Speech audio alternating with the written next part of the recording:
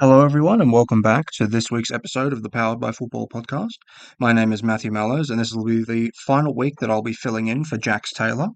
He'll be back for the podcast next week, and I did manage to get an interview with him earlier in the week, so this is going to be a significantly longer episode than what most of you are used to, as I believe the interview is around an hour and 20 minutes long, where we go through all the shenanigans that him and the Wanderers got up to while over in Paris.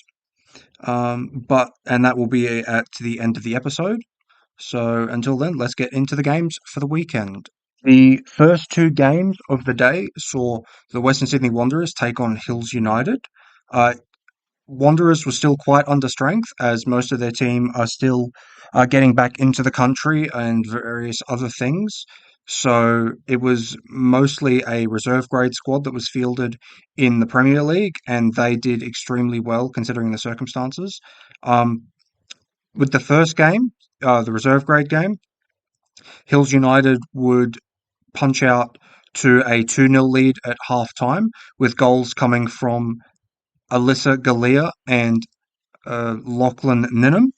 The scoreline would not change for the rest of the game, and the final result would be 2-0, with Hills keeping their title hopes in reserve grade alive, but they would need St George to beat Sydney FC in the later game that afternoon. On to Premier League. Hills United were looking for their second win of the season against, as I said, an understrength Wanderers team. They would find a goal through Asim Sodi early in the first half, and then a few minutes later, their second would come from Prayag Sharma. So they would go into the break leading 2-0. They had multiple opportunities to score more goals in the second half, but couldn't quite capitalise, and the game ended 2-0. Now, I would like to say that despite the scoreline, the Western Sydney Wanderers played extremely well, with most of their reserve graders stepping up and playing two full games, both the reserve grade game and the Premier League game. So that's something that they should be really proud of, and something that they should build on going into next week and next year. Two afternoon games saw Sydney FC take on St George Football Club. A win or draw in reserves would be enough for Sydney FC to win the title, and they wouldn't have to wait long for the first goal of the game through George Tiong. Riley Brown would then make it 2-0 just before half time, and George Tiong would later complete his hat-trick in the second half, scoring two more goals to make the final result 4-0, despite a spirited effort from St George's reserve grade team, who really took it to them in both halves. This win wrapped up the title for Sydney FC, so a massive congratulations to them for an outstanding season. The final game of the day saw St George needing a win if they hoped to finish second in the Premier League, and it would be them to strike first through Chris Turnbull, who put away an Abdullah Karim set piece. It would later turn into a bit of a goal fest in the first half, with goals from Fletcher Ball from Sydney FC and Mitch Albert from St George Football Club, converting some wonderful passing to make it 2-1 to St George leading into half-time. Fletcher would later score his second goal just after half-time, but with the two teams so evenly matched, the final result ended 2-2, with both teams ending up sharing a point. Now, on to the stats following the weekend's results. So, first with reserve grade. Again, a massive congratulations to Sydney FC, who with that win have won the reserve grade title. They currently sit on 40 points, with 13 wins, a draw, and a loss. Then we have Hills United in second on 35 points. St George Football Club are then behind them on 20 points, and they're in third. In fourth, we have the Western Sydney Wanderers on 15 points, and then we have the Newcastle Jets in last on 0 points. For the statistics, we have Riley Brown just 2 goals away from breaking 30 so he is currently on 28 goals. Then we have George Tiong with his hat-trick on the weekend, putting him up to 15 goals. We then have Lachlan Ninham on 11 goals, and that rounds out the top 3. For assists, we have George Tiong on 17, followed by Riley Brown on 11. And then we have joint third place with Finn O'Donovan and Harry Simmons, both on 8 assists. For clean sheets, we have Cody Town still sitting on 10, followed by Bailey Pete sitting on 6. We then have Ollie McPhail sitting on 3.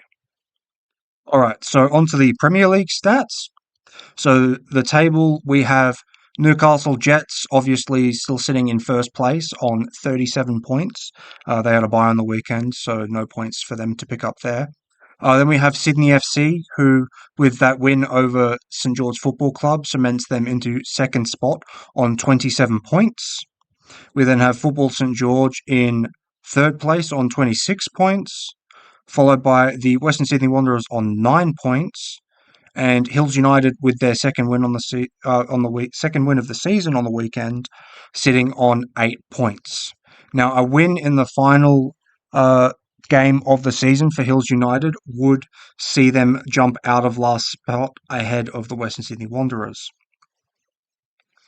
Onto statistics, we have Abdullah Karim still sitting first on 13 goals, followed by Dimitri Leolio Davis sitting on 12, and then we have Chris Hastas rounding out the top three on 9. Assists, Abdullah Karim leads those as well on 11, followed by Josh Ryan sitting on 9. Then we have a three-way tie for third place with Fletcher Ball, Dimitri Leolio Davis, and Ryan Seck all sitting on 7 assists. For clean sheets, we have Ryan Seck sitting on 11, followed by Cody Town sitting on 3. And for the first time in quite some time, we have someone sitting above one clean sheet with Matthew Mallows sitting on 2, followed by just about everybody else in the competition sitting on one clean sheet. So, with all the action from the weekend out of the way, let's get on to the interview I had with Jax Taylor earlier in the week, where we talk all things Paris. Hello, everyone. Um, as I said last week, I was gonna try and get Jax Taylor on the podcast, and I have him with me now, direct from London. Welcome, Jax. Yes. Thank you for having me on this wonderful podcast. I really appreciate it. I love the guy who made it. So it's really happy to be involved. Yes, it's quite a good time. Um, so why don't you fill in everybody about what you've been doing over the past week? So I guess I've been in Paris before I got here, playing in the inaugural Fit for Club World Cup, which was a competition designed to have the best teams from across the world compete against each other who won various competitions in their national leagues. So in September of last year, the Western Sydney Wanderers won the APFA Club Championships. And because of that result, we were the elected team from Australia to represent Australia and I guess all of Asia. There weren't really any other teams from Oceania or Asia. So we went over to play against the rest of the world and play against some teams that were a lot further ahead than us. Yes. I managed to get to watch some of your games live, and some of your games were not at great times at night. So I don't think I watched your first game because it was on at like Mm. 1 in the morning, and then so were some of the other Yeah, ones. But your playoff games were all at reasonable times, so that was nice. Um, yeah. It started yet earlier in the day for us as the competition hmm went on, and it was like 6 o'clock and 8 o'clock at night Sydney time. So it was a bit nicer for those at home. yeah. So, I guess why don't you give us a quick rundown on how you guys went? Because I went a little bit into some of the results last week in the podcast, but I didn't really go Mm. into who you played and what the games were like. So, the first game you guys played was against the team that eventually won the tournament in Upsilon. So, what Yes. game was that like? Oh, fire. You know what? In all honesty, I had a lot of fun playing against Upsilon. Um, Yeah, it looks like, like one of those games that no matter what the scoreline's going to be, it's always going to be a good time, you know? yeah, like when you're playing against a team like Upsilon who has a majority of players who won the World Cup in Sydney, Hmm. you know, it's you're playing against like an absolute behemoth, and it was like we knew we were going to struggle, and especially considering that Zach Dickey, our American import, wasn't going to get there till the next day. We were like, all right, let's just have some fun, go out there and just try. I mean, it was a And nice warm up because you basically got yeah, what ended up being the best team in your group out of the way off the bat. early, So, yes. that And was good. there was a very fun story in that game where I didn't start the match, so we fielded Yes, 3 players, yes. and Please tell everybody what happened because nobody knows why you didn't start the game. so what happens is about an hour before the game, the whole Mm, team goes, "Oh, we should just do like a speed test just with Mick, our technician." And we're mm, like, "Let's just do one before we do the formal speed test, see where we're all at, if you want to adjust anything." And I clocked about, I think 9.5 or 9.4 mm-hmm, forward, mm-hmm. and I was like, "I can go faster. Let's do it." So So you turn the I get chair up. turned up, Mm-hmm. turn the chair up, and I go out, I drive around for a bit. Feels good. Um, I do the formal speed test. I clock 9.98. Oh, Um, dude, bro, that's a bit. very That's cutting it close. very scary. And I was in 9.9 territory all week. It was very scary. Mm-hmm. So we get out there and we start warming up. I literally the first ball I hit in warm up, I hear a pop. Oh no, Um, sorry, the door just shut. I was just like, yeah, you can cut that out. that's all Um, good. I hit, I hear a pop, and my backrest just loses all these bolts, and like Oh it was like the Lord, tension just pushed on the backrest and gave way. It felt really loose, and one of our assistant coaches, Javier runs on, picks everything up, and like I hobble off the court. right. Um, So the yeah, so backrest didn't completely fall off; just most of the screws came out. no. Most Okay, of the well, screws came loose, and I'm sitting on the sideline. They're trying to fix it. I speak with the linos, and they say to me, "Look, we can't postpone the game. This is the opening match of an international tournament, and we're on TV." yeah. I'm like, Mm-hmm. "Yeah, of course, understood, Mm-hmm. makes Mm-hmm. sense." So I'm just sitting there, and they tell me go back a bit, like, because I was in front of the line that you're Yeah. supposed to be behind when you're on the bench. Yeah. So they guided me back, and then I just started hearing Mick scream. They didn't tell me that he was behind me still, Oh and I've like run up. God, And for those of you who know Mick, he is a very brutal man. he is. He, He is a bit of a brittle man. Yes. yes, he said various things which I do not want to have to force you to censor on this podcast. Yes, But that would be preferable because I don't know how to do that. yeah, but he said some things. And also things that I don't think live television on beIN Sports in France would like to hear. But Mm. he said them. Yeah, I don't believe anybody heard any of that. So that was not caught on the live stream. That's Um, good. interesting. So, Mm. because a couple of us thought, oh no, has Jax's chair died? Like, is it gone? Like, is he gonna No, get I did not. on? Is he gonna play the tournament? Like, what's going on?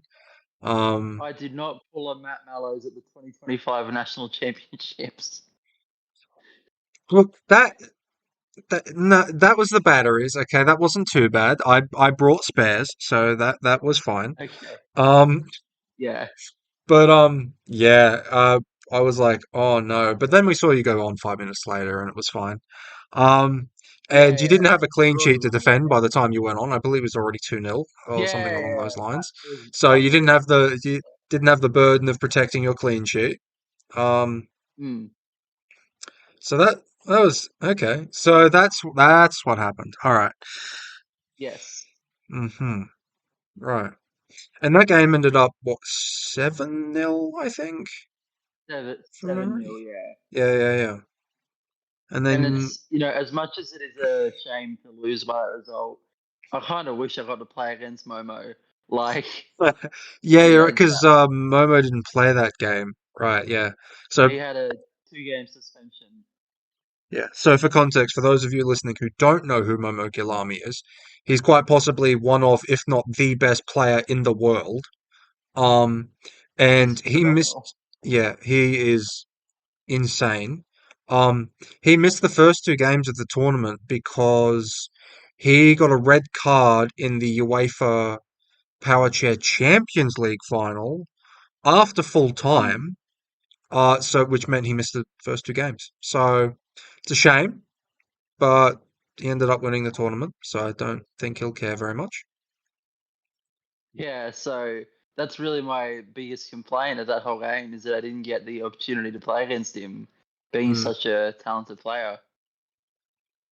And then your next game was against. The Uruguayan How do I even Club pronounce this name? Nacional. Club Nacional de Football. And this was a game you actually got a point out of. Yes, we got a draw. I was very happy with that result. Mm. Yeah, you So got a that was clean sheet. a clean sheet at an international tournament. Who would have thunk? But Yeah. it was a very difficult game. We held on somehow against the Uruguayans and Tony Jackson as well, Yeah. and it was a close one, to be honest. There was a lot of saves that I had to somehow pull off to keep them at bay. You made a great one in the second half where you put the ball wide, just wide of the post with the front of your chair. And it was a Yeah. dead set goal if you hadn't gotten to the ball. And you only just Oh, got it was there, a so beautiful shot. It was a mm, beautiful shot. It was Zach's stuff up because it he takes the was. sideline and it goes straight to them. And I don't know to this day how I kept that out, but I did. And Mm. one other story that I want to tell about that is that like during the competition, every team gives each other like a little gift when you play each other. Oh, that's cool. I didn't Uh, know that. Oh yeah, God, what nor did did the you guys Wanderers. get, people? Oh no, yeah. I was gonna say, first of all, did Ben and Andy know that that was something that was going on? And Yeah, no.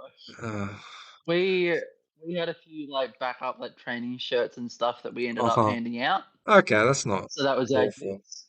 Yeah.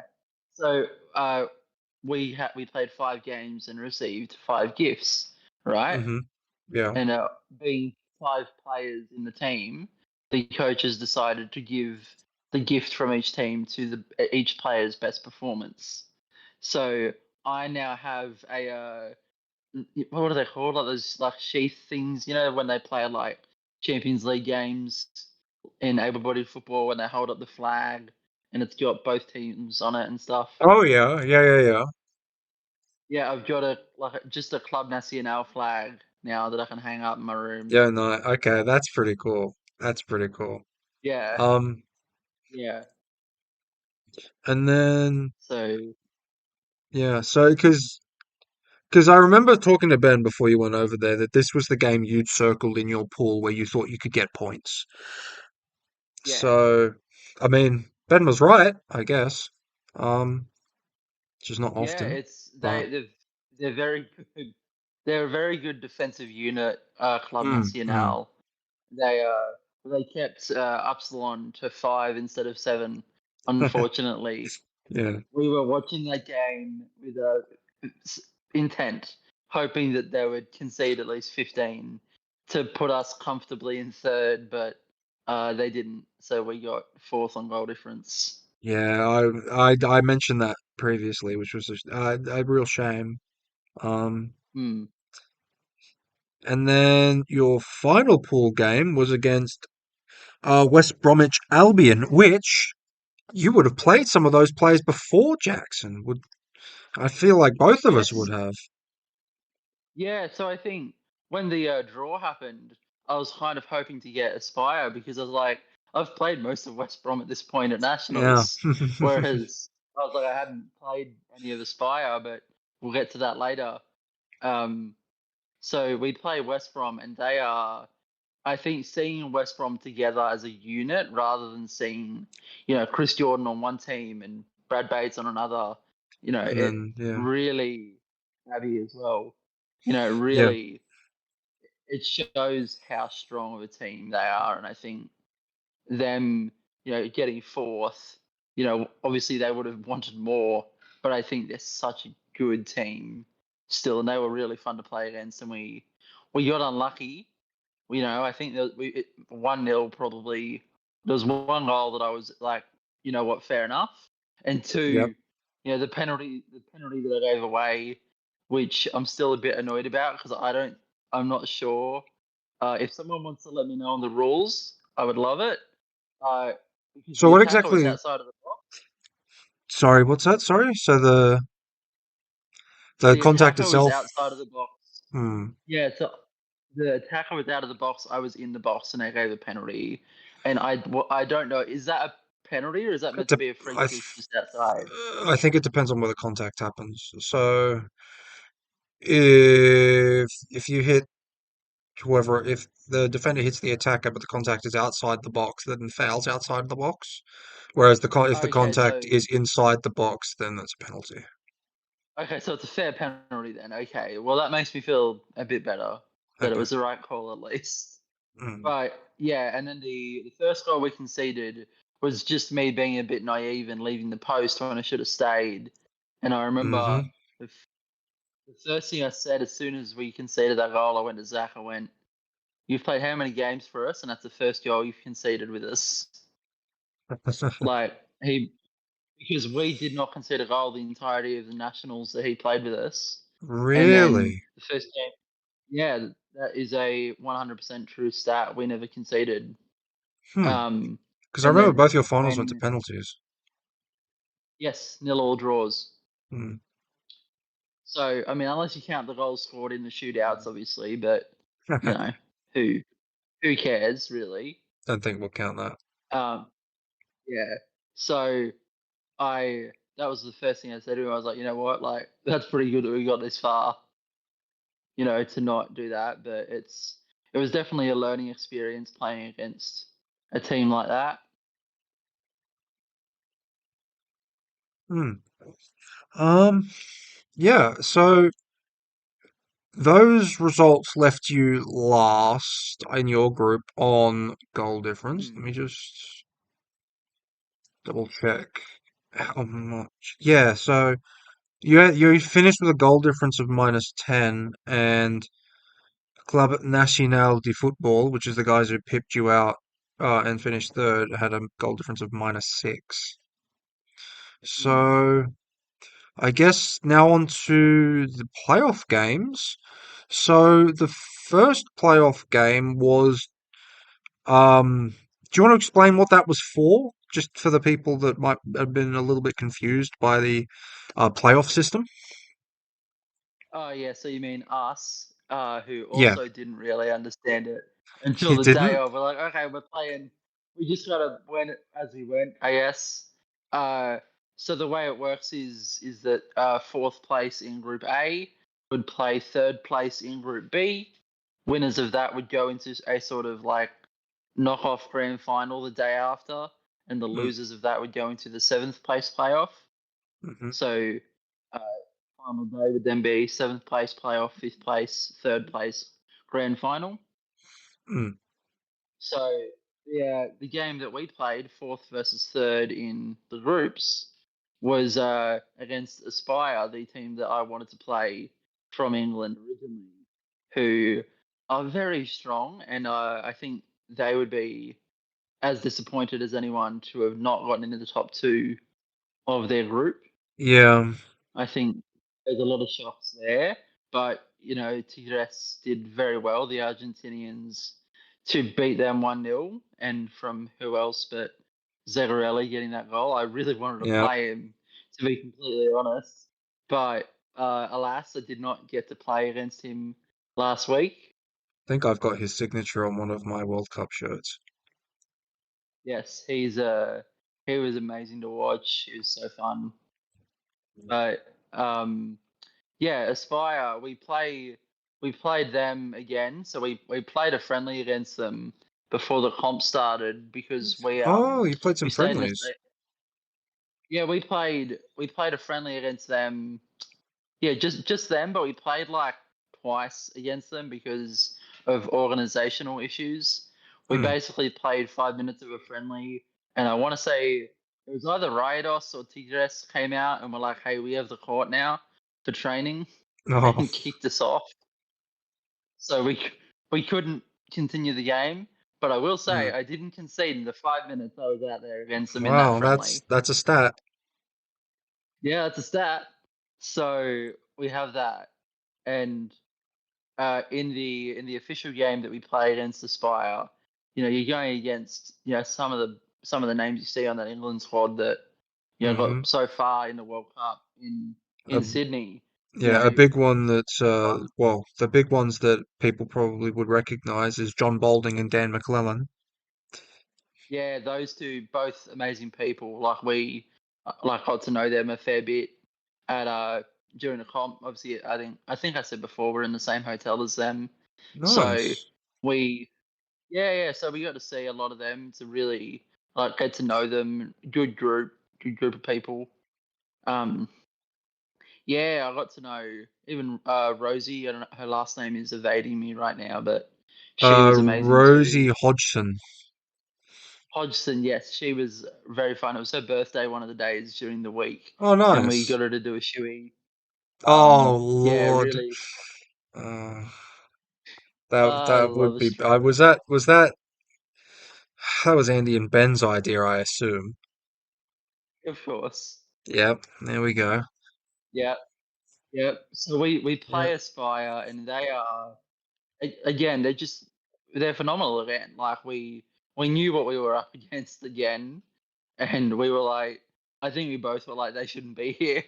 So they they did what they did. Honestly, the goals they scored against us are a bit of a blur to me, to be honest. You play so many games in such a short time that it all mixes together. Yeah. Um, I don't know why the West Brom goals stood out to me so much, but uh, yeah, they were a very fun side to play against. I remember there was one point again in the game where I was 1-on-1. I was up. Oh yeah, I was up front in this game. We had taken me out of goals in this match. This Oh is just yeah, a because it was I caught the second half. It was I believe it was 3-0 at half time. You guys got a lot of praise in yes. the second half from the commentary team. And a lot of people in Mm, chat were one saying Aspire didn't look like they were playing particularly well, and two that why didn't the Wanderers start this way? Because they looked like they'd actually, might score. But again, I mean, being 3-0 up, maybe they took their foot off the gas and this kind of thing, saving themselves for the next game. So there's a lot of factors to mm. take into account when you're factoring those kinds of things in, especially at an international tournament. But you really gave them a scare in that second half. If it was, maybe 1 or 2-0 at half time, it could have been a very, very interesting game, especially if you managed to score one. Because there were a couple of times I think where you hit the post. Yeah. We definitely got close in that game, and I think one of my favorite memory of that game is I was 1-on-1, like in a decent position against John Balding, and he just turns me around, like fully Mm. does me right in front of their bench. And I just started laughing. I was like, "Oh, you're all right at this, aren't you?" And the whole bench just cracks up at me. It was so good. Yeah, And that sounds about right. yeah, and it's there's I'll get into it when we talk about Rados, but there's Mm. there's some more stories about me playing up front and about some of the tactics that we deployed that are very funny. I'll say Hmm, that. yeah. Um, so that game ended up sending you into the seventh place playoff against Rados. Rados. Is that how you say it? Rados? I am probably butchering it, but I Ra can't do any better. Rados. Rados. And you won this game. Well We done. won this game 4-0. So, to give a lot of context, we had not scored a goal in this entire competition. No, you hadn't. And the previous day, when I was up front against Aspire, as a joke, Andy said to me that if I scored a goal, he'd buy me 5 kilos of cheese. And Right. I Did he say was, what kind of I was cheese? like, no, he just said cheese, and we just were like, we'll work it out later, right? And Hmm. obviously didn't score against Aspire. Hmm. And we kept talking, and Andy made a mistake. He goes, I'll add on to that. For every goal Ben scores, I'll give you a kilo. Oh, no. Okay. Now, for those of you who don't know, I'm using a technique called foreshadowing Hmm. because Ben scored 3 goals. Yeah. Benny Boy got a hat trick. He did. And it was, every time he scored, if you watch the video back, I don't go to Ben, I go to Andy. And I yell at him, another kilo of cheese. Oh, God. So did he end up getting you So the that cheese? No, so borders and stuff in Europe are annoying, so that's going to be Oh, completed in Sydney. So I have oh. 3 kilos of cheese awaiting uh, to my doorstep when I get home, hopefully. You gotta request different kinds of cheese. Yeah, of course. And yeah, so that's. I would like to thank Benjamin Keat for his hat trick in the Rados game, and I will appreciate the cheese that I receive from his efforts. Your mum and dad are gonna have a very interesting time when they open the door and see 3 kilos of cheese. Oh, it's gonna be great. I hope they like cheese. They'll love it. Oh, I who hope you like doesn't? cheese. I love cheese. Good, good. It's yeah. So in this Rados game too, I was backing goals, right? If you Hmm. remember. Yep. Um, I don't know exactly. I don't know what the commentators said or anything, but whatever reasons they thought, it was not. Uh, Right. the long story short of it is, we after the Aspire game, the coaches were happy with how I played up front, and they were like, "We'll play you up front against Rados, and we'll try and get you a goal." Hmm. I was like, "Yep, beautiful, sounds good. Let's try and get a goal." So we get up, we get to the venue, and we leave all our shirts at the venue. We change out after the match. Can't find the jersey. Oh no. So you can find your outfield jersey. I had the away outfield jersey and every goalie kit because I was just expecting to be goalie, and then I You was couldn't just told like hmm. I couldn't work. I was gonna say you couldn't just get everyone to wear the away jersey. This was 20 minutes before the game, Yeah, okay. so Uh, like basically the incentive amongst the coaches was this is a sign that Jax has to play goals. Fair so enough. so I go out, I go in goals, and like unfortunately didn't get a goal. Didn't really, do much. Like it was. I did like that Rados team. They I don't know if they ever showed up on the cameras or if they spoke about it, but they actually had an ineligible player with them at a competition. Did they? No, I didn't know. I wasn't aware of that.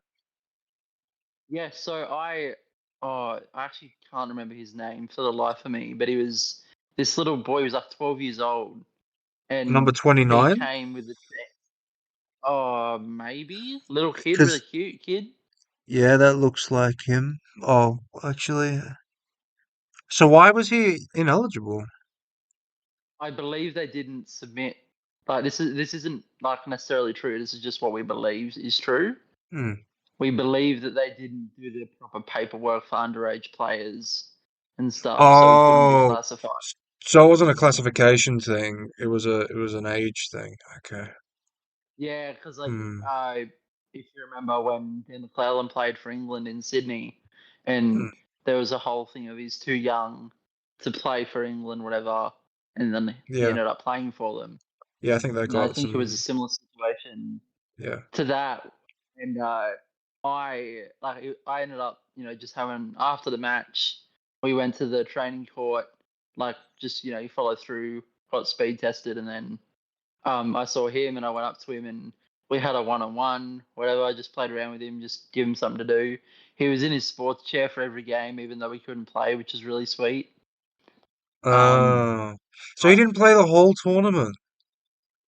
yeah, he basically went Oh, over and they that's didn't such a know and they asked shame. him to play. Yeah, so like he was, but he was like he was decent. Like he wasn't like he was Yeah. pretty. I'm not gonna say he was amazing, but he was decent at the game. Yeah, And okay. we went into a one-on-one and he was like I'd say like on par with me. And yeah, we had a little incident when we were having our one-on-one. Hmm. One of the officials from FIPFA walked behind us Oh and no. knocked her over. Oh Um, no. I can't remember her name. You might know, Matt, the older lady from America. Um, no, if you don't know, you don't know. Whatever, we can move Was on. she a But referee? no, I don't think so. I think she's just like on the board of FIPFA. Yeah, okay. I can't say that I would know. Yeah. So we knocked her over, like, and she full landed on the floor. She was a bit flustered afterwards, but yeah, it Good job. was. I thought it was so bad. They ended up having to get like the medics to look at her, and I was like, I felt so bad. Hmm. Yeah, good job. So yeah, thank you. So that win in that game gave us seventh place, Yeah. So, which to me that's just not loser. hmm. And then Upsilon took out the tournament in the end. They did with I'm just an gonna. Yeah, it was an all incredible French goal. final. Yeah, so Momo Galami getting just that incredible goal from a goal kick, Yep. basically just sending it straight back. It's a goal that no goalie wants to concede. Um, No. yeah, Yeah, there are was. things that you should do with a minute and a half to go, and there are things you shouldn't do with 1.5 minutes to go. One of the things you shouldn't do is hit the ball straight at the best player in the world as the goalkeeper when you're not actually inside the box. That's a clever insight from you, Yeah. host of the So, podcast, Matt Knows. yeah, anyone listening at home, don't do that. Um, that's Yeah. that's how that's how you concede goals. Um, Hmm. I will yeah. say the crowd support for Upsilon throughout the entire week was absolutely phenomenal, Oh, it would have been. and playing against Upsilon, like just for the crowd experience, is like the best thing I've ever played in. Mm, Like that part of it will stick with me forever. mm. Like there was drums and horns and everything going on. Like it was like a full, it felt like a proper able-bodied football game Yeah, with the yeah. kind of fan support we were getting, which is what we want. Yeah, I think the best crowd experience I've had of playing was when I played in the under 21s team at the Mm, APO in 2019. Ryan's yes, entire year came along to watch one of the games. hell yeah. So there were like probably about 100, I think 12 or 13-year-olds, because I think Ryan was in year 6 at the time. That's Um, and great. it was just they flocked in and they kept filling the bleachers. I think they almost ran out of room. But yeah, That's having so good. uh, I mean, you would know, helping out with SAP on Mm. weekends, how loud a couple of 12-year-olds can be. But when you've got about a Oh hundred god, of them all yelling at you, and of yeah, course, every time Ryan touched the ball, they cheered. Um, yeah. it's like, yeah, it's a hell of an atmosphere when they've got the crowd right. Mm. It's yeah, that was so fun. And another thing I wanted to touch on too. I don't know if you had a question for it or anything, but I thought I'd talk of it anyway. Mm. Is being sports and Yes, all of the amazing and wonderful experience that that brought with it. We didn't know of this until we basically got to France. Was that really. yeah, that was unknown to me until the day we got there. We were speaking with I think it was Ryan Sipple who mentioned it from England. Um, Mm. and he said, yeah, there are on the French being sports, they're having like French commentary, and it's being broadcast to hundreds of thousands, if not millions of potential audiences. Yeah, wow, that's And it cool. was like, wow, we're in a like this is real now. Yeah, because I'd You heard. know, Sorry to cut you off there, Jax. I'd heard that they were organizing a free-to-air broadcast. I didn't know who it was going to be, and I didn't know if, like, you know, how many of the games they were going to do. So they did all the games, did they?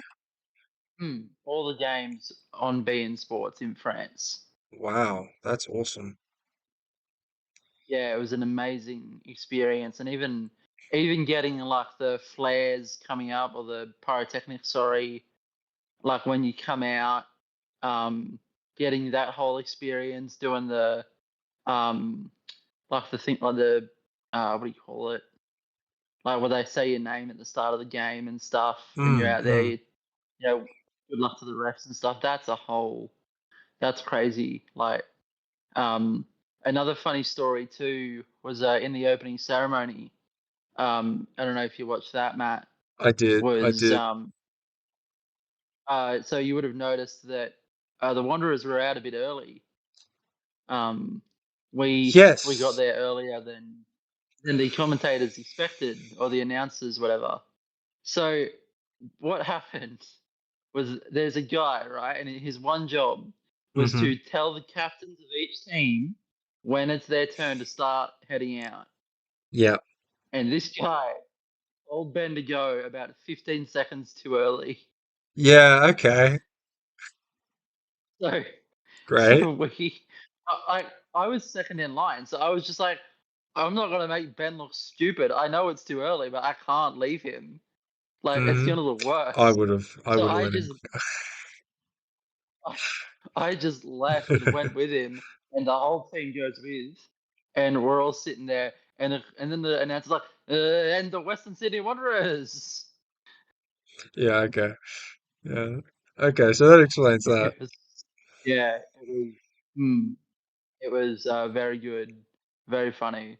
Um, yeah, so we do that, and that gave a good laugh throughout, really, because they kept on prolonging the ceremony. I don't know if you felt that, but like I it didn't notice was, that. it felt like it went longer than it needed to. They would like Mm. you'd Mm-hmm. think it was about to end, and then they're like, and then the first game will be on at 5:30. That's 5:30. That's 30 minutes before 6 o'clock. Okay. Like, Okay. like I see. just like stuff like that, where you're just sitting there, you're like, all right, guys, wrap it up. I want to get ready for this game. Like, That's quite funny. it, yeah, it was interesting, and I remember when they were talking about the opening ceremony, they were like, oh no, everyone should go out in their day chairs. And only the Upsilon and Wanderers team should be in their sports chairs because they'll be about to play. Mm. And I'm like, that's gonna look weird. Like, you know, Yeah, it would it's have looked you want weird.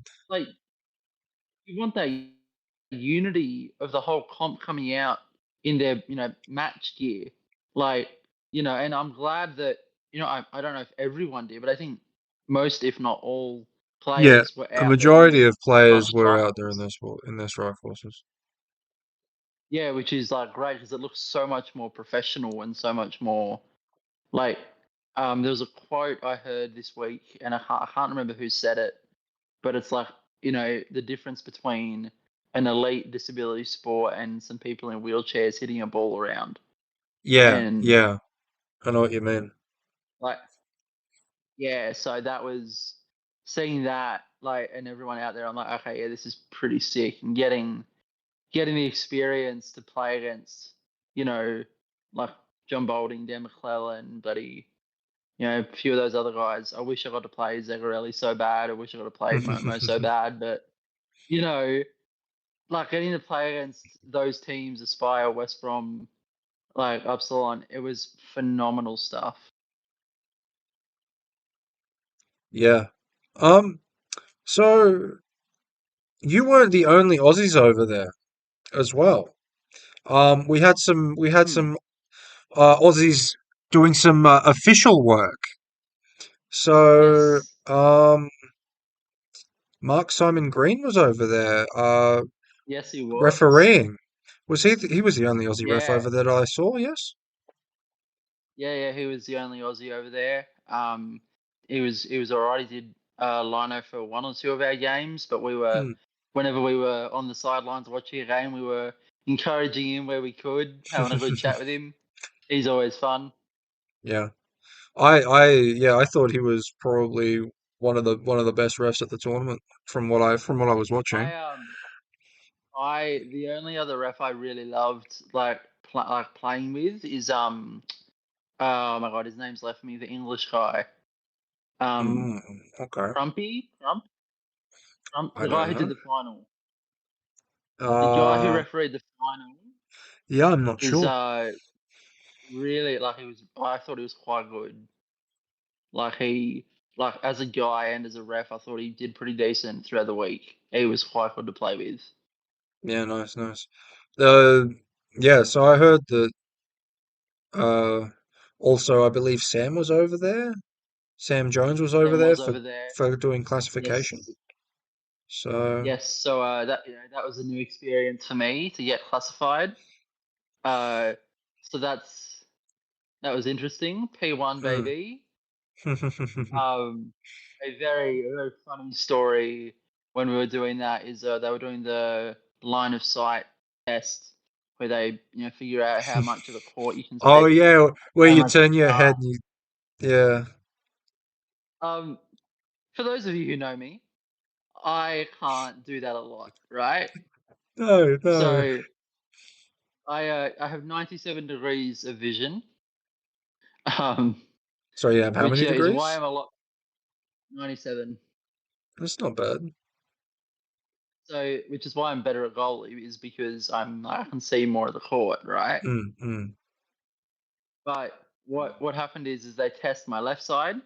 They put mm. the marker down with how far I can see, and Yeah, then they say to me, "Oh, do you have a stronger side?" Now, mind you, the left like marker wasn't very far out, and I went, yeah. "That was the stronger side." Oh, I probably would have said Yeah, forwards. yeah. So they had a good laugh. I think it was a real fun time doing it. Yeah. It was Sam and two others were classifying me, and it was a Mm. real hoot. We did all that, and the only thing I did well at was the grip.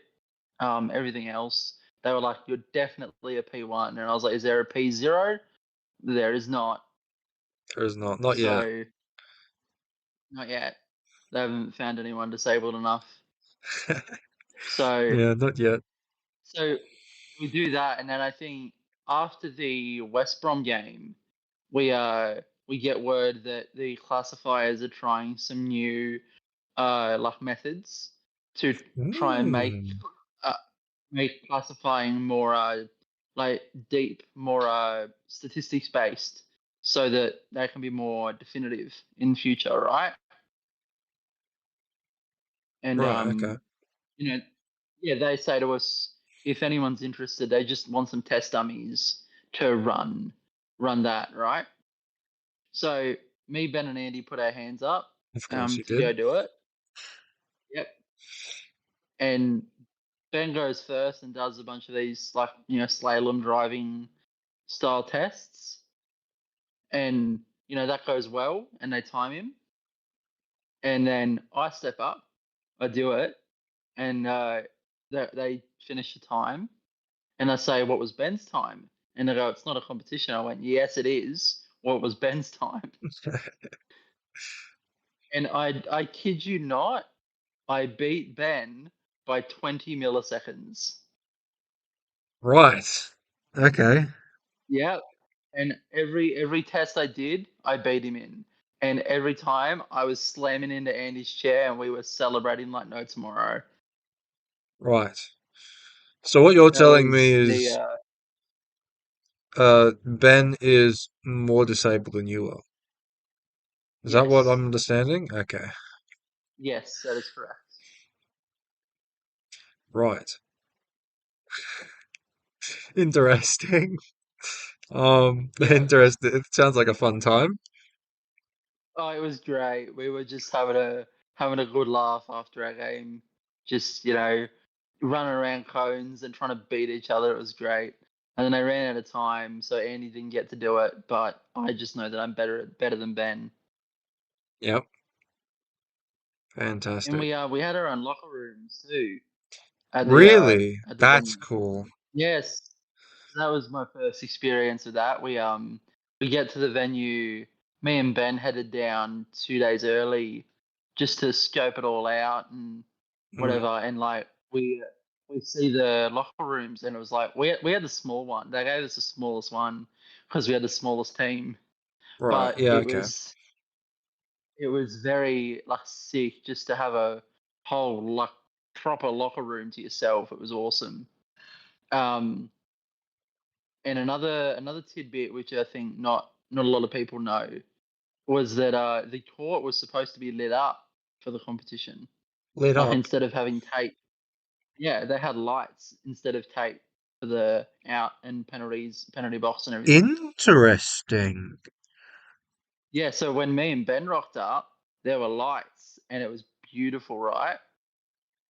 Hmm. And then Abdi, who was the event organizer for this competition, and he was an absolute gem, like organizing the whole thing. Like we had some miscommunications with French to English and stuff, but he worked his butt off all week to make it as good as he could. Right? He messages like to all the coaches, "Hi everyone, would you rather the lights at 15-meter width or tape at 18?" And the vote, Right. everyone wanted the bigger court because Yeah, it'd that be, makes sense. more better football. So, we didn't get the fancy lights, but God, it looked amazing. Why did they not have lights for the 18-meter width? One would assume that they would have played I, at 18, they would have I tried to don't get know. 18-meter width regardless. Hmm, I don't know. But interesting. like we put up a poll in our Wanderers chat of Hmm, like who wants 15, who wants 18, and it was unanimous. Like we wanted 18 even though the lights, we were just yeah, like we no, like everyone, yeah, what yeah, wider court, we want it, give it yeah. to us. Hmm, interesting. Right. So one thing I wanted to ask, um, how did the referees communicate their decisions to the players? Because obviously the referees don't speak however many languages there were at the tournament. So I Hmm. remember them mentioning in commentary a couple of times that some kind of hand signals or some kind of device or something. Maybe you'd know a bit more. No devices to my knowledge, to be completely Hmm. honest, Matt. Like maybe maybe there was for the non-English speaking teams, but Hmm. um, with me, like we either had refs that spoke English or when there weren't, like they knew broken English, so it was fine Right. enough.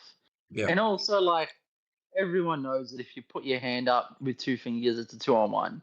Yeah. Everyone knows, penalty. Like, you kind of work it out. So, we were able to jerry onto it. Even the French ref spoke a fair bit of English. Mm. So it made it, we were able to handle pretty well. I know that English ref that I was talking about before, whose name evades me. He actually knew a bit of French and refed the game in French, from what I hear. Oh, wow.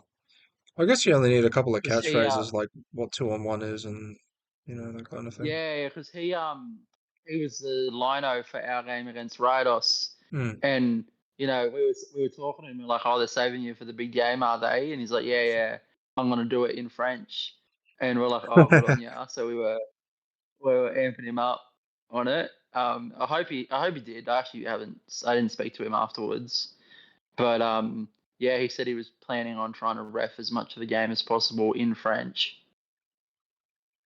That's cool. That's cool. And did you get to talk And to? Oh, sorry. Continue. oh, go on, no, go on, go on. I was just going to ask if you got to speak to any of the commentary guys. I spoke a bit to Tony Jackson, um, but like not in a one-on-one sort of situation. He was Yeah. just talking to Zach, and then started talking to the whole Wanderers team, and then I was just involved talking to him. Um, Mentioned a bit about commentary, but not like a deep convo or anything. Hmm. Um, but that was and I spoke to Ryan Sipple from 2-on-1 podcast. Yeah. Um, and he was also very interesting. He straight away picked me. He's like, "You're the podcast guy, aren't you?" And I was like, "Yeah, that's me." Yeah. So I'm famous apparently. Yeah. Commentary recognized me and Tom Byrne in chat. Um, it Yeah, was yeah, I heard me, about Tom this. Byrne, and I think Asim was there. I'm It was guessing it's like like, yeah, it was like, oh yeah, good to see we've got a strong Aussie contingent in the chat. So hmm, yeah, so they recognized me and Tom because we worked with them for the World Cup. yeah, Um, yeah. That would have been an amazing experience. Something I wish I was able to do, but that pesky HSC. oh well, there's always next World Cup Yeah, if you want to fly to Argentina to do commentary work. are you gonna? I don't know. I gotta get picked first. To do Yeah, that's a point. comms. I don't know. I don't know how that works. I don't even remember how I got picked to do the last World Cup. Maybe they were To be entirely honest. they're probably just more lenient with the home World Cup, I guess. Yeah, I think they wanted some. I think they put out some kind of feelers, being like, "Hey, so like, we'd be interested in doing commentary," because I think a couple of people put their hand up, but I got picked. Tom got picked. I think my dad did a couple of games. Um, Yeah, okay. yeah. Oh, and Mike Suffield did a couple of games as well, from Yeah, that's memory. right. I do remember that now. So yeah, that was good. It's a shame Tony was playing, otherwise he would have been probably on the comms as well. For those of you who don't Hmm. know, Tony Jackson is considered by many to be the voice of Power Chair football, even by the commentary team, who routinely called him that whenever they saw him on the sideline or going onto the field. So he does Hmm. a lot of commentary work, a lot of commentary work, And and he's I'm just a after great his guy. spot. Fair enough. Fair enough. Yep, that's what the podcast is for, right? Mhm. Mhm. Yeah, I do like doing the commentary. Commentary is quite fun.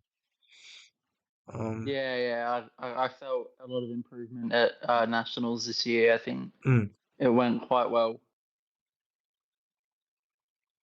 yeah. Oh, you did do quite well at nationals. Yeah, yeah. I believe you did the third place game with Tom, didn't you? I did the third place game. Now we've just got to pip you to get the final for next year. Uh, yeah, maybe. Well, see, the thing is that I'm normally the not the primary one, whatever the other one is, secondary, I Yeah, guess. the sort of like secondary comms. Um, so you're actually after Tom's spot, is what I'm hearing, not my Well, spot. I'm just after a spot. I don't You're really after A care. I'm spot. flexible. I'll do whatever. May Yeah. may Maybe we can get a courtside commentator. You can you can Oh yeah. do some stuff courtside.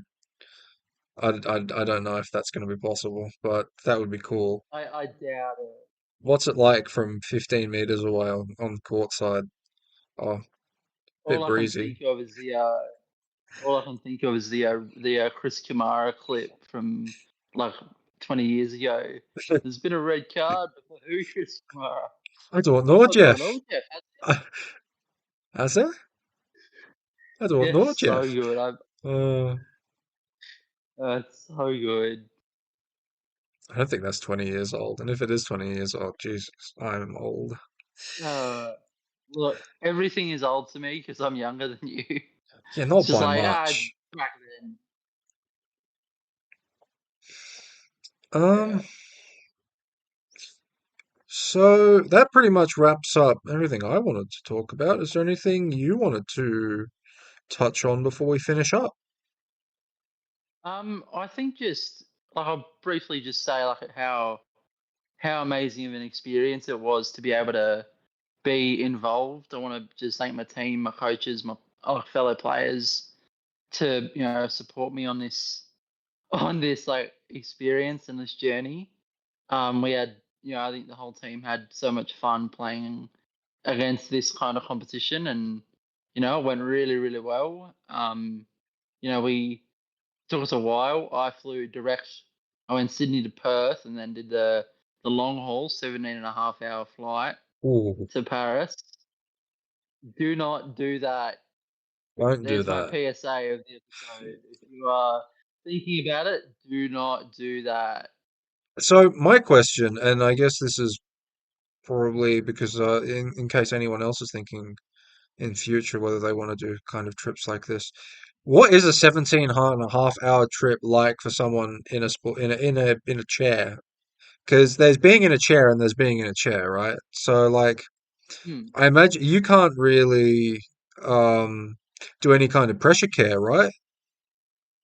No, On at so least yourself. I no, I spoke to my OT before I left, Yep. and she had recommended this air cushion sort of thing, which Okay. I don't I have a gel cushion on my wheelchair and on my sports chair. Yeah. Um, and she was like, yeah, use the air cushion for the flight, put it on top of your seat. Um, it didn't really work for me, to be honest. I Yeah. had a lot Okay. of pressure issues, and That's not just good. I was waking up every 20 minutes or so on the flight when I tried to sleep. Right. So it didn't really go well for me. So I fly back on Sunday night. We are recording this on Friday, for me at Yep. least. Oh Oh wait, yes, Thursday or Friday? it's Friday. it's definitely Thursday for Friday for us. me. It's Friday for me. I Yeah, had so to do a it's double Friday take for you. there. Yeah, days are blending together when you're Yep. away. I Um, never know what day it is to begin with, so yeah, fair. So I I do that, and I'm gonna do it differently on the flight home. We're going to hmm. Singapore instead of Perth as the connector. Ooh, okay. So don't get too excited. I'm there for 2.5 hours. Oh, Um, yeah, plenty of like time to look at the it's gift shop. yeah, or if that, the amount of time it takes to get you off the plane. Like we had a really funny experience. I don't know how much time you want me to put into this map, but Oh, we'll just keep um talking until we run out of stuff to talk about. It's not every day we get to talk about something like this. I feel like a much longer episode is warranted. I already gave everyone a warning in last week's episode that it was going to be a longer episode. yeah, so the the I get to Perth. I fly into Perth, and they're like, your chair's waiting for you off the plane. We'll hoist you out. We'll put you in that chair. I'm like, yep, sounds great. They then let me know that it's a beautiful Strike Force waiting for me, and not the Oh, normal chair. Now, I was not prepared for this. mm, I I had brought what I'd done is we had made a decision to take the headrests off both chairs because every time yeah. I've flown in the past, headrests have gotten damaged. Right, so Interesting. Okay. I had yeah I had my day chair headrest in the carry-on and the sports chair headrest in checked-in luggage. So that Oh, means that it would be very I cannot get into the sports chair because I have no headrest. right. And you can't hold up your head, I So take it, or at least not. no, I am very much a P1. Yeah. Okay. So we're trying to work out what to do. They were going to get me a manual chair, but by the time all of this had gone down, I said to them as a bit of a joke, I said, well, we've got the Eagle lift here now, which is like the hoist they have on the plane. Yep. Why don't I just stay in that? Stay in the Right? eagle lift. Yeah. Okay. Stay in the Eagle lift. So they picked me up, they took me off the plane, and they took me from one gate to the next in the Eagle lift. That is amazing. Okay. Yep, and I That's I went in front of everyone. Like I was just like, I don't care. yeah. We skipped customs. We skipped all of it because of it. So That's fantastic. harboring, yeah, I'm not harboring anything. What do you call it? Illegal, but it was still very funny.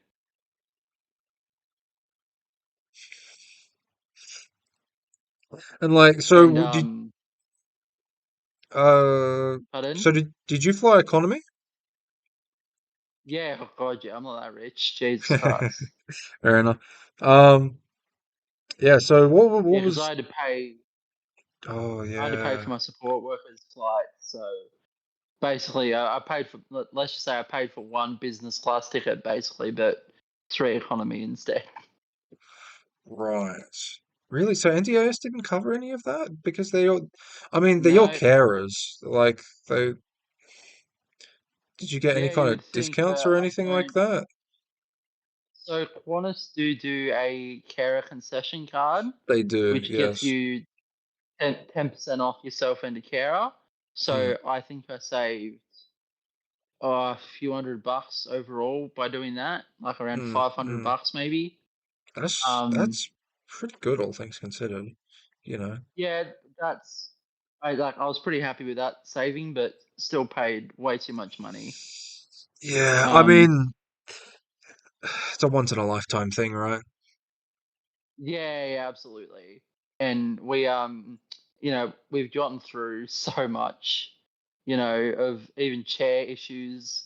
Um, Mm, obviously I said the backrest before, but then the other funniest one was I left Paris on the 28th of yeah. June. I went Oh, straight to London. yes. So that was the final was on the 27th. I basically just got up the next day, got on a train, and went to London and saw Lincoln Park that night. You saw Lincoln Um, Park in London. That would have been I saw great. them at Wembley. It was Oh, absolutely that's phenomenal. you lucky. But that's Mm, that's not the point of this hmm. this little monologue. No. The point of the story is FIPFA were very adamant. They're like, oh, we're going to help you guys. We've sorted out your transport for your sports chairs. So leave them at the venue after the competition, and we'll Oh, drop it to either the airport or the train station, wherever you're going. We'll take it there for you. hmm.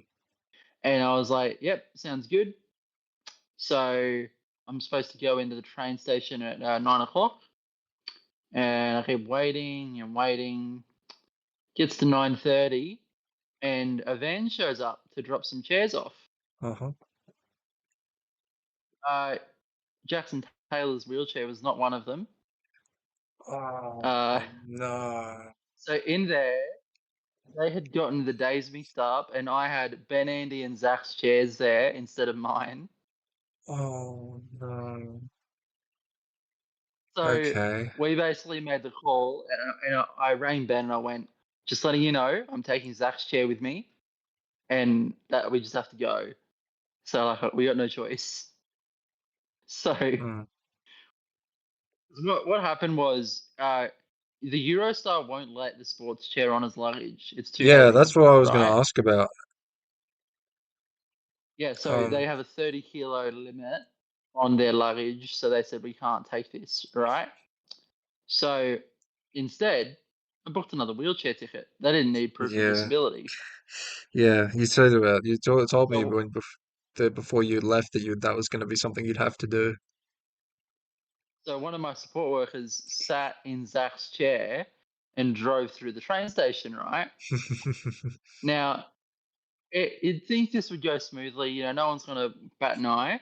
Oh no. We're sitting in the we're sitting in the room waiting to get our like physical tickets, and there's this pommy kid in a wheelchair waiting to get his ticket too. Is that Zach Oh, Dickey's chair? oh no. This kid had just come to watch and recognized Zach's chair. Oh. Did And we were that like, yeah, look, did, no one heard it, but we were so worried that they were like that someone would, and we were like, yeah, it is, but like, don't worry, it's fine. Long story, and then we got called out. So if this kid is listening to this podcast, hello, this is the story. I have the chair now. I have my chair now. Zach has his. We're good. All right, good, good.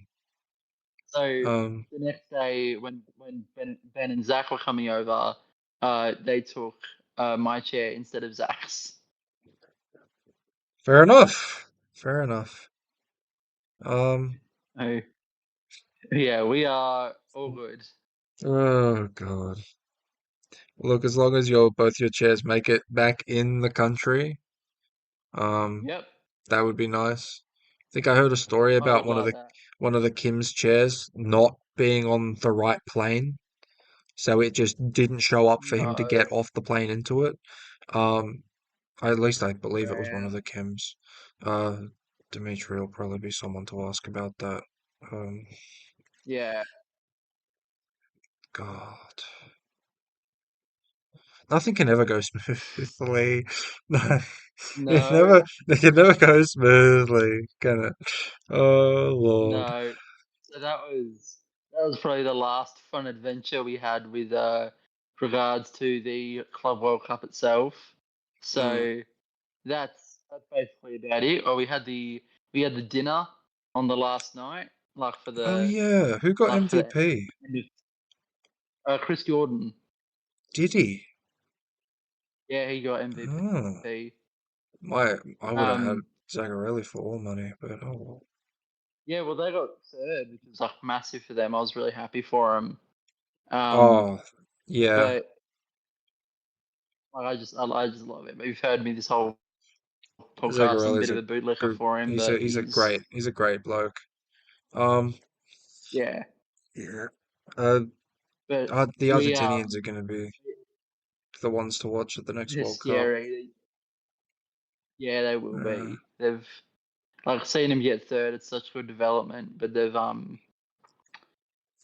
they I wasn't yeah the dinner, all right. So we get given a schedule like a week or two before, like yeah, basically saying when every game is, like including like when the playoff games are going to happen and everything that haven't been decided yet, just so that we knew what was going on. And it said closing ceremony dinner 10 o'clock, yes, and I I was heard about that. And I was like, "Are you serious? Are we really gonna have to like?" I'm like, I'm got the train the next day. I don't want to stay up that late. I'll be in You bed don't at need like one sleep. o'clock probably. You need sleep. Whatever. So we we have that, and then basically every team was like, "We don't want it to start at 10 o'clock." So it gets moved to 8:30, right? Oh, They uh they they move us okay. into they did up the training court to be like a dining area, and it was Mm, like it had the lit up court and everything from before the tape that I mentioned. mm. Um, and uh, yeah, we were sitting there waiting for our food, and we kept waiting, and then it gets past 10 o'clock. So we're past the original time. We still didn't even have entrees. Oh Um, God. Okay. Yep. We get our entrees at around 11 o'clock. It was this like truffle and egg dish. Um, Uh-huh. it was all right. Actually, it didn't look amazing, but it tasted pretty decent. That's Um, that's what you want. we, yeah. So we have that, and then we start just seeing people coming over to us and saying thank you for the week, and then saying we're heading off now because it was 11:30 at night. And the dinner hadn't Um, started yet. Yeah, so mind you, the English had the FA Disability Cup final on 2 Yeah. days after. So they Oh. Aspire were really wonderful. They actually offered us tickets to go to the final if we wanted to, Ooh, because did they you knew go? we were all headed to London. Birmingham is a 5.5 hour public transport trip from London. Oh, So unfortunately, I did not go. fair enough. 'Cause Why isn't I it said to them, playing I'm like, I'm Birmingham? keen, and then I don't know why it's in Birmingham. Hmm. But yeah, I said yes. I was like, I'm super keen, let's do it. And then we found out how far it was. I'm like, oh, I don't want to do that. Fair enough. So yeah, we saw like a lot of the Aspire guys come over and said bye, a lot of the everyone. And then we start, all our team are like, oh, we just want to head. So we convinced our taxi drivers to just take us home. We got to bed at about 1 o'clock, maybe 1:30, Hmm. and then I got up, early on the following morning to get out. Right. But they were giving out like the awards and stuff during the time you were waiting, yeah? Uh, Or Only the MVP was given out, and then I think there was one or two other things given out in French that no one really knew what was going on. right. So it was a weird vibe, What what to be happened? honest. How'd that happen? I don't, I don't know. It was strange. Like it was so beautiful. Like it was really well done, but it was just a weird Yeah, vibe. okay. They just didn't get the memo. Hmm. So that was Hmm. the wonderful adventures of Jaxon Taylor and the Western Sydney Wanderers at the FIFA Club World Cup. Yeah, I was gonna say we're getting this is probably gonna be the longest episode by a significant margin, which is fine. Oh yes, Um, I think my longest is like 30 minutes, give or take. yeah, Um, this these interview's power already been rounds an up there, hour and 15. I know that's mental. Yeah, that's all So good. that's a long episode Yeah. for you to deal with, isn't it, Matt? Well, Yeah, that was the fun. the interviews are the easiest part to do because I don't really edit them. Um, I clip the ends Yeah, and I fair. make sure that there's nothing that shouldn't be there. But other than that, it's been pretty Mm. smooth sailing. Um, Oh, and nice. so I guess, well, it's Friday, so we haven't played yet.